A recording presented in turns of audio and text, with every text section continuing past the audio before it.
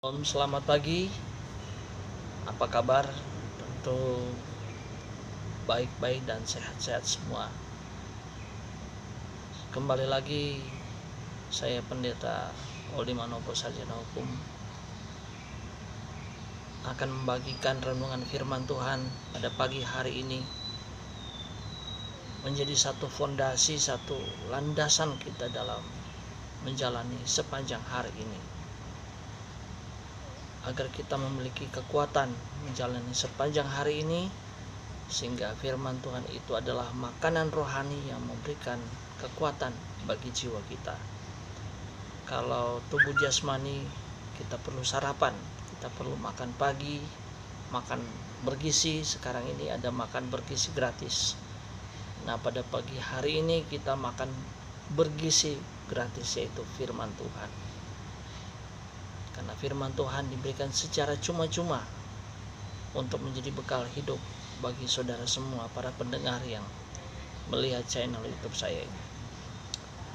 Baik, kita sama-sama akan membuka Alkitab kita masing-masing. Mari kita buka sama-sama dalam 1 Tesalonika pasal 1. Kita akan membacanya ayat 1 sampai ayatnya yang ke-10. Nah, saya akan mengambil intisari satu pasal ini, yaitu pasal 1 ayat 1 sampai ayat yang ke-10.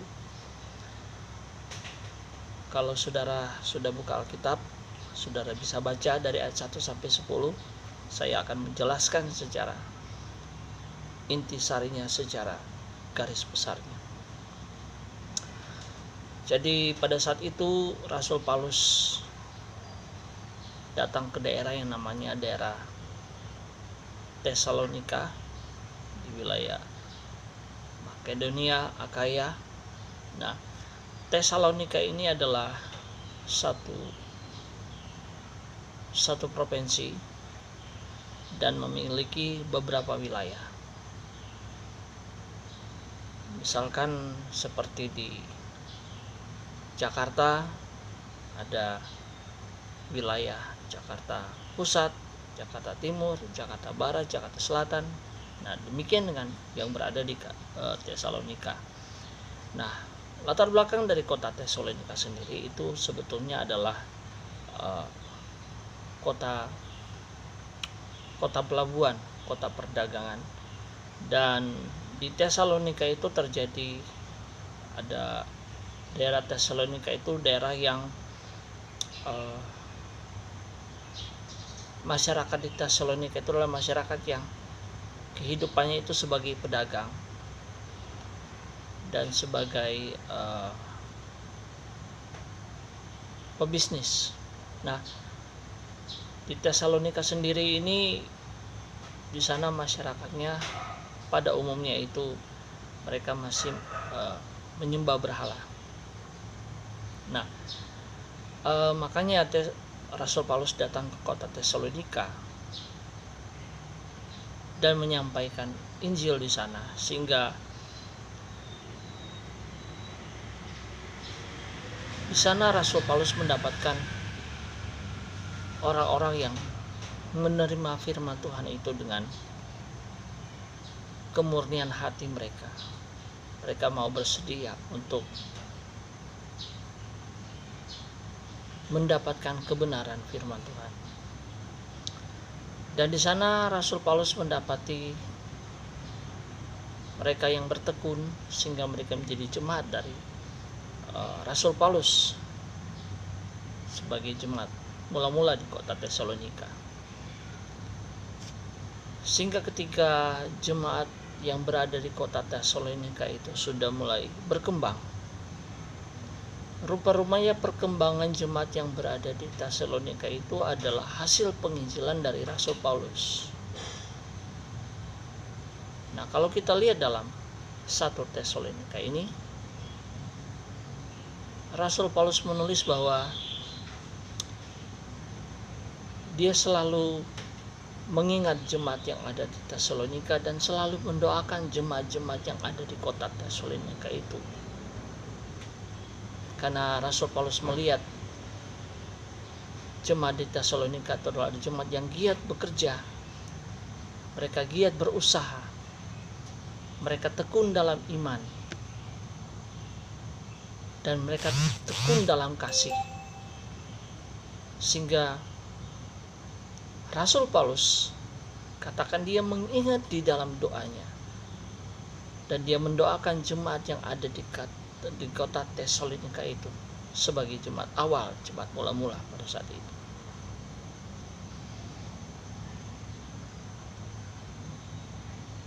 Dan kembali lagi, di sini dijelaskan bahwa jemaat Tesalonika itu menerima Rasul Paulus dan melayani Rasul Paulus sebagai seorang hamba Tuhan, menerima dan melayani dengan baik sebagai seorang hamba Tuhan. Bahkan jemaat yang ada di Tesalonika itu, ketika mereka mendapatkan pemberitaan Injil dari Rasul Paulus, mendapatkan kebenaran, maka mereka bekerja. Mereka bekerja untuk menjadi saksi bagi Tuhan. Mereka menjadi saksi dalam pekerjaan mereka. Mereka menjadi saksi dalam perbuatan mereka. Mereka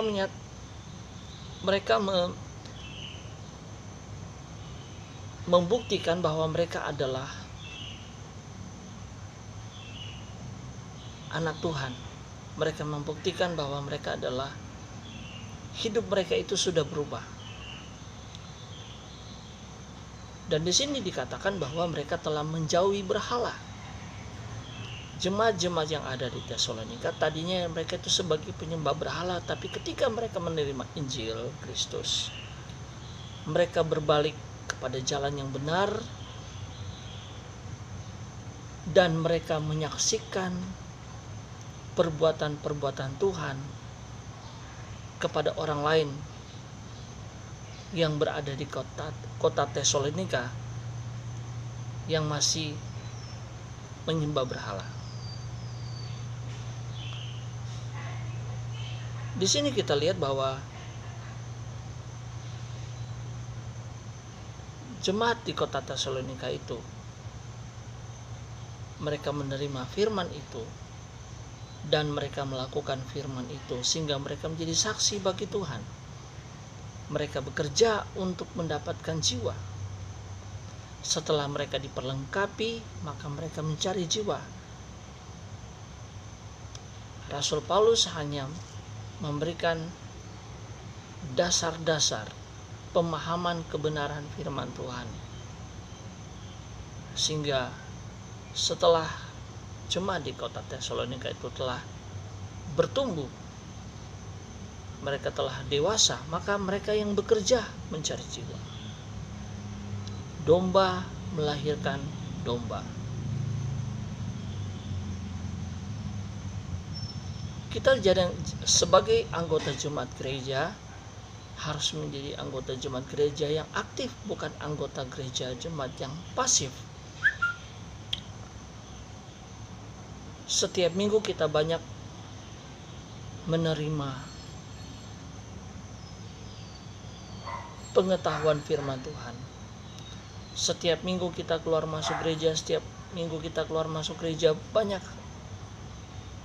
hal-hal baru yang kita ketahui. Firman Tuhan mengatakan bahwa semakin banyak yang kita tahu, maka semakin banyak kita dituntut oleh Tuhan. Kalau kita sudah banyak mengetahui firman Tuhan, kita sudah tahu kebenaran firman Tuhan, semakin banyak yang kita tahu, semakin banyak yang Tuhan tuntut, karena kita sudah tahu. Itu sebabnya jemaat yang berada di kota Tesalonika, mereka mempraktikkan firman Tuhan itu dan mereka lakukan. Mereka bukan hanya mendengar, tapi mereka melakukan firman Tuhan itu. Mereka bukannya hanya mendapatkan masukan, input, tapi ada output yang mereka keluarkan. Mereka mengajar kepada orang-orang lain yang belum di dalam Tuhan. Jadi setelah mereka mengetahui firman Tuhan itu, mereka pergi untuk memberitakan Injil kepada yang lain yang belum mengetahui, sehingga mereka menjadi saksi Tuhan, bukan hanya dalam perkataan mereka, namun dalam sikap hidup mereka sehari-hari. Mereka sudah berbeda dengan yang lain. Dalam sikap hidup mereka sehari-hari, mereka tidak sama seperti yang dulu lagi, sehingga dunia melihat bahwa sudah sangat berbeda jauh dari kehidupan mereka yang lama, yang tadinya mereka sebagai penyembah berhala, tapi sekarang mereka telah memberitakan Injil Kristus kepada teman-teman mereka, kepada rekan-rekan mereka yang masih hidup dalam penyembahan berhala. Itu sebabnya Yesus katakan ketika Yesus memanggil Petrus, saat itu Petrus berprofesi sebagai nelayan, dan pada saat itu Yesus katakan kepada Petrus, "Petrus, mulai dari hari ini engkau menjadi penjala manusia." Setelah kita telah menerima Tuhan sebagai Tuhan dan Juru Selamat, kita dibekali dengan firman Tuhan. Setiap minggu kita banyak tahu firman Tuhan. Kita banyak menerima khotbah-khotbah yang kita dengar dari hamba-hamba Tuhan. Khotbah-khotbah yang kita dengar dari pendeta-pendeta. Maka yang akan mencari jiwa itu adalah jemaat, bukan pendeta. Yang akan mencari jemaat baru itu gembala. Yang akan mencari jiwa-jiwa yang baru itu jemaat, bukan gembala. Gembala hanya membekali jemaat dengan firman Tuhan. Selesai itu jemaat bekerja. Kita tidak mungkin hanya berharap Tuhan akan mengirimkan jiwa tanpa bekerja. Hidup ini ora et labora, bekerja dan berdoa. Para gembala-gembala yang mendengarkan YouTube channel saya ini, para pendeta-pendeta, bekali jemaatmu dengan firman Tuhan, dewasakan mereka sehingga rohani mereka menjadi rohani yang dewasa, rohani yang bertumbuh. Mereka sudah banyak tahu kebenaran firman Tuhan. Itu sebabnya perlu ditanamkan doktrin atau pengajaran dasar tentang Alkitab, dasar-dasar tentang doktrin pengajaran dalam Alkitab, sehingga jemaat itu menjadi jemaat yang bisa memahami. Jemaat itu di zaman sekarang, jemaat adalah gereja Tuhan yang adalah tubuh Kristus. Jemaat itu adalah tubuh Kristus, dan Kristus adalah kepala.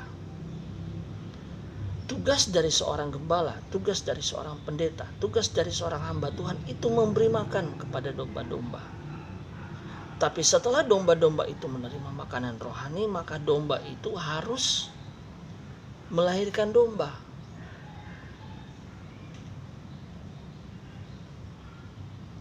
Domba itu bertugas untuk mencari domba-domba yang lain.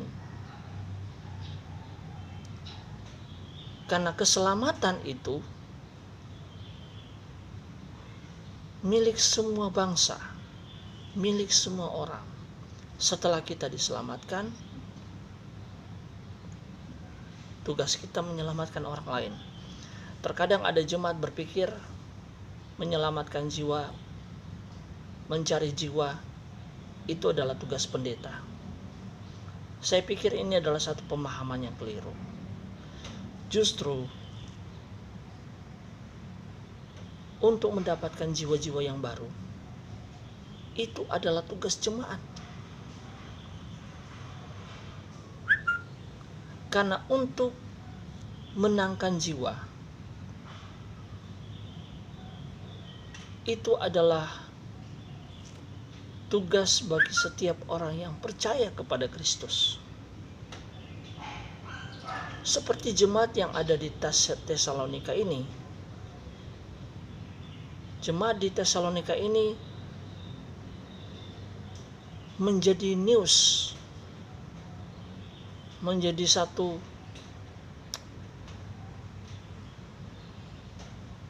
berita kabar baik, sehingga jemaat Tesalonika ini tersebar. Nama jemaat yang berada, jemaat mula-mula di kota Tesalonika, tersebar sampai ke Makedonia, sampai ke Akaya. Bagaimana mereka menjadi saksi Tuhan, jemaat yang aktif, jemaat yang mencari jiwa. Mereka melakukan satu terobosan. Bagaimana mereka bersaksi kemana-mana. Mereka menceritakan atau penginjilan pribadi. Jadi sekali lagi, mencari jiwa itu bukan tugas pendeta, bukan tugas gembala. Pendeta, gembala, hamba Tuhan itu membekali dengan firman Tuhan. Setelah sudah dibekali, maka jemaat-jemaat itu harus bekerja, menjadi saksi, memberitakan firman Tuhan, dan terutama hidup sehari-hari harus menunjukkan karakter Kristus. Jangan menjadi anggota jemaat yang hanya menjadi batu sandungan bagi orang lain, sehingga nama Tuhan dipermalukan, baik dalam tutur kata, sikap, dan perbuatan. Jangan kita hanya terkenal menjadi orang gereja. Mereka tahu bahwa setiap hari kita beribadah, kita masuk gereja, tapi kok perbuatannya kok tidak berubah. Podo wae, kata orang Jawa. Tetap sama. Menjadi seorang Kristen harus menunjukkan karakter Kristus dalam sikap dan tutur kata, dalam hidup sehari-hari, sehingga nama Tuhan dipermuliakan. Kita melihat dalam 1 Tesalonika ini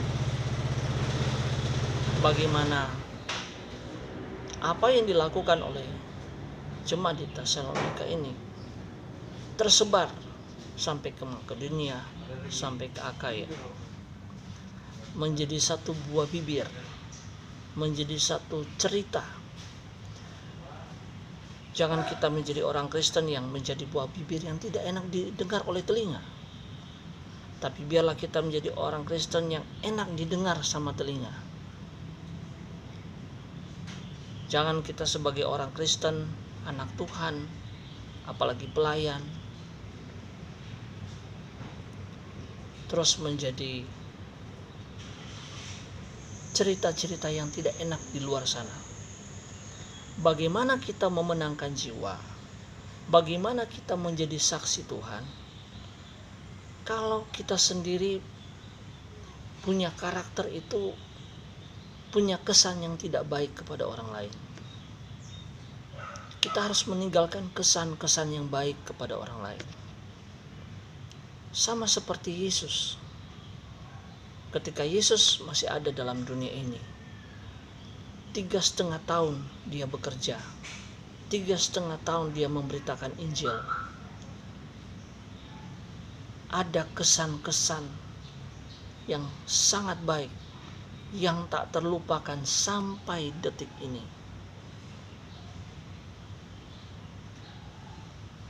Dia, sekalipun Yesus dibully, dicaci maki, tapi dia tidak pernah membalas itu.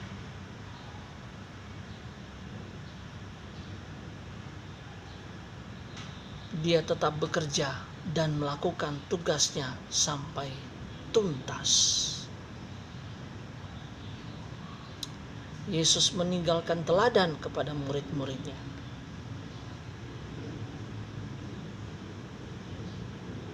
Ada banyak hal yang bukan hanya Yesus melakukan mujizat, bukan. Tapi ketika Yesus berhadapan seorang wanita,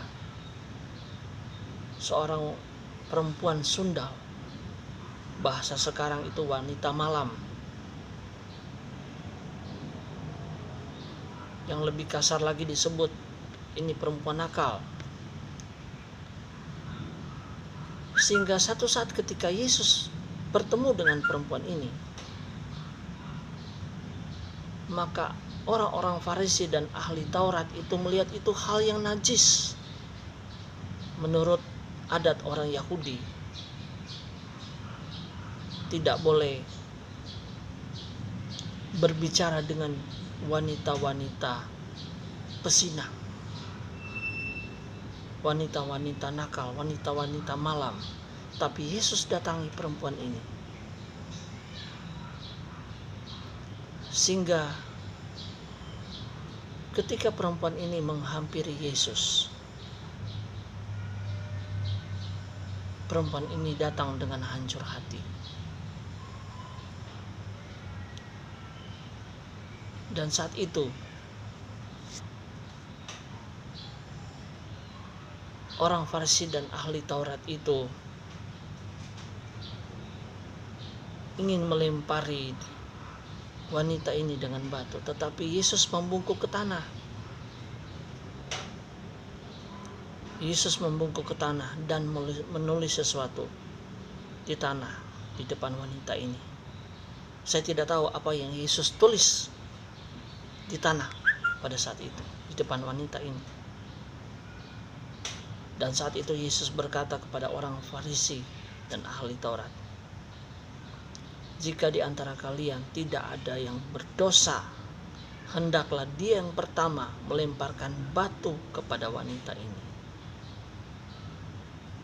Pada saat Yesus berkata seperti itu, semuanya bubar kembali ke tempat mereka masing-masing.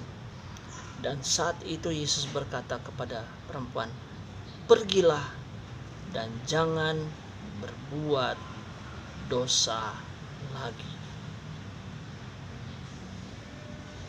Itu adalah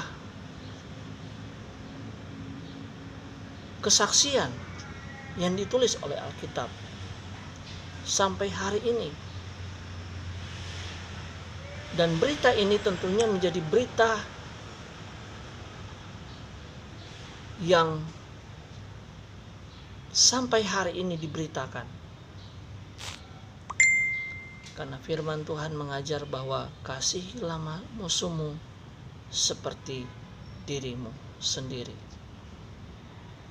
Ada kasih Tuhan dalam hidup kita sehari-hari sebagai jemaat Tuhan, sebagai anggota gereja.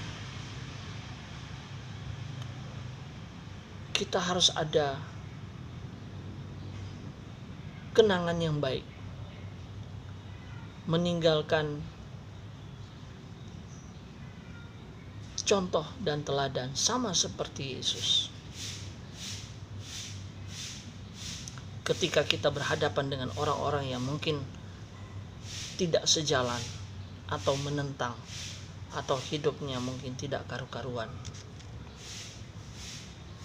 maka sebagai anggota jemaat gereja,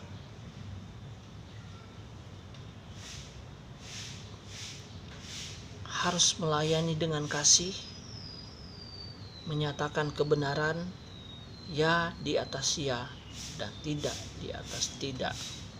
Kasih bukan berarti kita kompromi, tidak.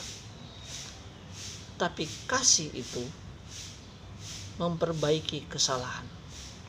Kita menegur dengan kasih. Marah itu tidak selamanya itu emosi. Marah itu karena kita mengasihi orang itu. Kita ingin jalan yang bengkok diluruskan. Nah, untuk meluruskan orang itu harus ada pendisiplinan. Cara mendisiplinkan orang yang kita harus tegas, itu namanya kasih.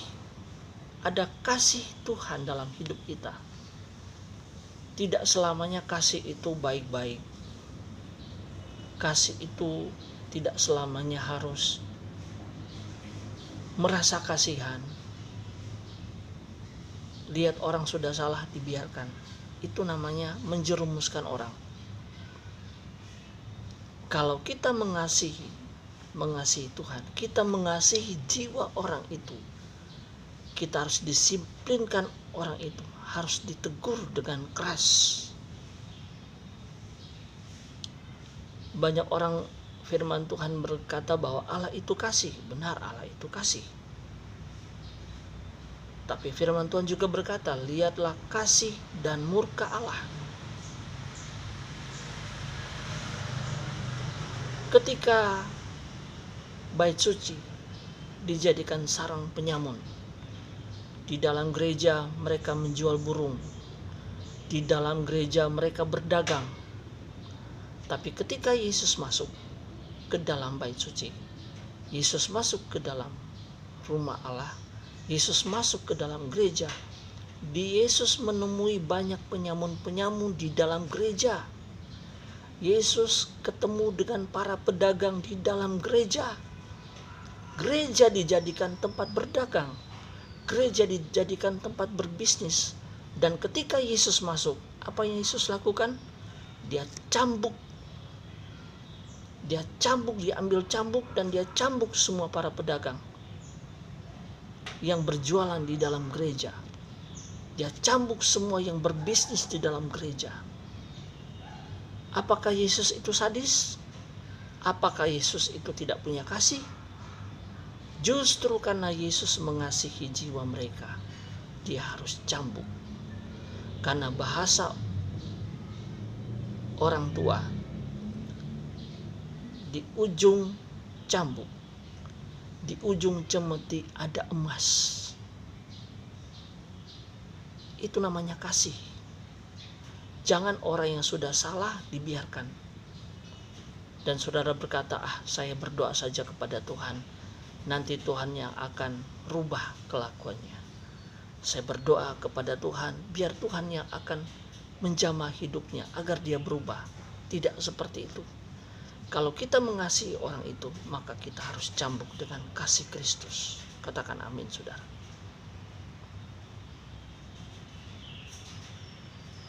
Firman Tuhan katakan bahwa Rasul Paulus katakan bahwa makanan keras itu hanya untuk orang dewasa. Tetapi buburlah yang kuberikan kepada yang masih bayi. Menjadi anak Tuhan, menjadi orang gereja, jangan menjadi bayi terus. Jangan menjadi kanak-kanak rohani terus. Tapi harus menjadi dewasa. Jangan saudara mendengarkan khotbah dari pendeta, khotbah dari gembala, khotbah dari hamba Tuhan. Khotbahnya ini keras.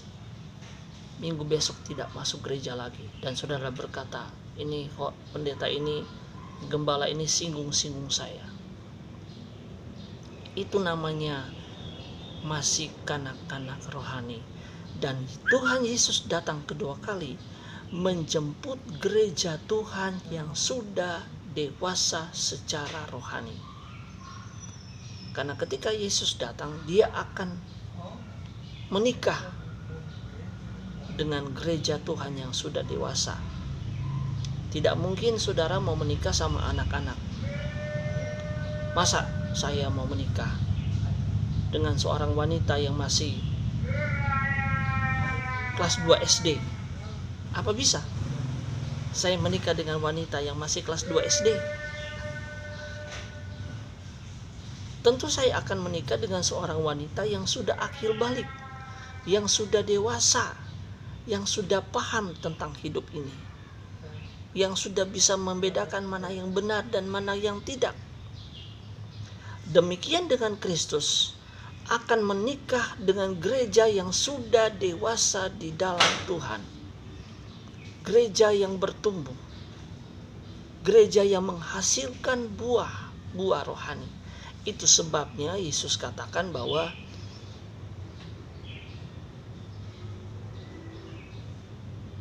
aku datang untuk mencari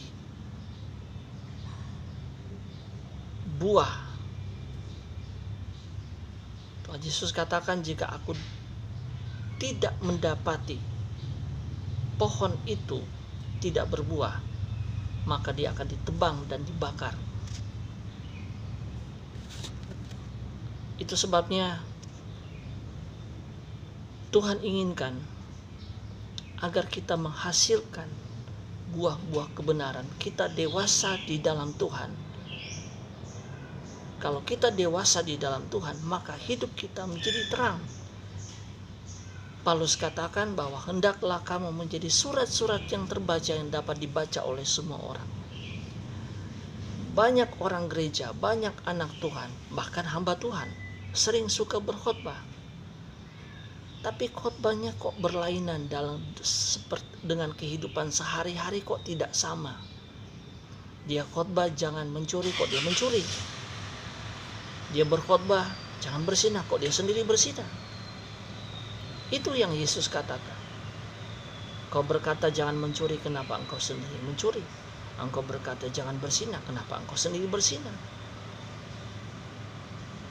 Sangat keras sebetulnya apa yang Yesus katakan. Itu sebabnya kehidupan kita harus diimbangi. Semakin banyak kita tahu firman Tuhan, kita harus imbangi dengan hidup kita sehari-hari. Karena jika sudah banyak yang kita tahu, tapi banyak juga yang kita tidak lakukan, maka Tuhan akan tetap kejar saudara. Tuhan akan tetap kejar saya. Kalau saudara sudah tahu kebenaran, saudara tidak lakukan, maka saudara berdosa di hadapan Tuhan. Itu sebabnya agar hidup ini saudara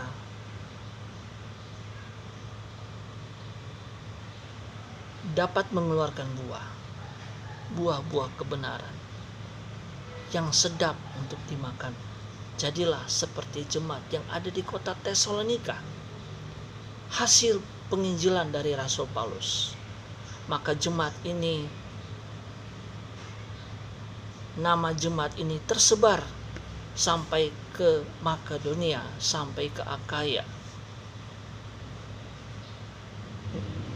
Makedonia dan Akaya itu seperti zaman sekarang itu kabupaten-kabupaten. Oleh karena kehidupan saudara menjadi jemaat yang bertumbuh, yang dewasa, yang berbuat di dalam Tuhan, baik dalam tutur kata, sikap, cara hidup saudara sehari-hari, itu menjadi teladan. Maka ada cerita-cerita yang baik yang diceritakan orang lain tentang saudara kepada orang-orang yang lain. Dan nama saudara, jemaat-jemaat semua, nama Anda semua ini, itu terdengar sampai ke daerah-daerah lain. Apalagi zaman sekarang, zaman medsos. Sangat cepat orang mengetahui siapa saudara, siapa kita, siapa Anda. Itu sebabnya Yesus katakan dalam Kisah 1 ayat 8, tapi kamu akan menerima kuasa apabila Roh Kudus turun ke atas kamu, dan kamu akan menjadi saksiku. Mulai dari mana? Yudea. Yudea itu mana? Di dalam rumah sendiri, di dalam keluarga sendiri. Jadi saksi dulu dalam keluarga sendiri, baru keluar Samaria sampai ke ujung bumi.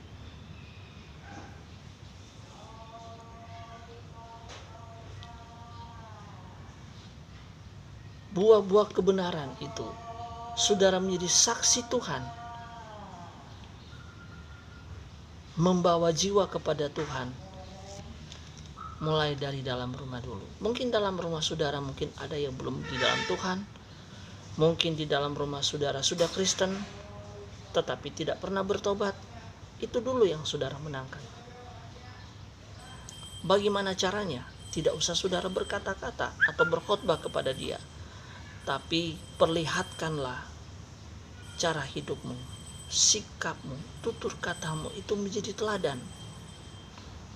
Dengan sendirinya dia akan melihat ada Yesus di dalam hidup orang ini, karena orang ini sangat berbeda dengan yang lain. Karena firman Tuhan berkata ada perbedaan orang yang beribadah kepada Tuhan dan orang yang tidak beribadah kepada Tuhan. Ada perbedaan. Orang akan melihat ada Yesus dalam hidup saudara.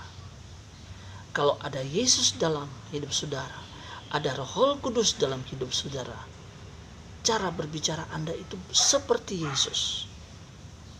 Karakter Anda seperti Yesus. Kasihmu seperti Yesus. Ada kuasa, ada otoritas, ada kasih Tuhan yang mau mengampuni, yang mau mengasihi, dan yang mau melayani, menghargai satu sama yang lain. Dengan demikian, Bapamu di surga dipermuliakan. Haleluya. Katakan amin saudara. Haleluya. Puji Tuhan. Biarlah firman Tuhan pada pagi hari ini menjadi kekuatan dalam menjalani sepanjang hari ini. Jadilah saksi bagi Tuhan, saksi Yesus yang setia. Hasilkan buah-buah pertobatan, dewasa di dalam Tuhan. Hidupmu berbeda, tidak sama seperti dulu lagi, tapi hidupmu menampakkan karakter Kristus yang penuh dengan kasih. Haleluya. Inilah renungan firman Tuhan pada pagi hari ini. Tuhan berkati kita semua. Shalom.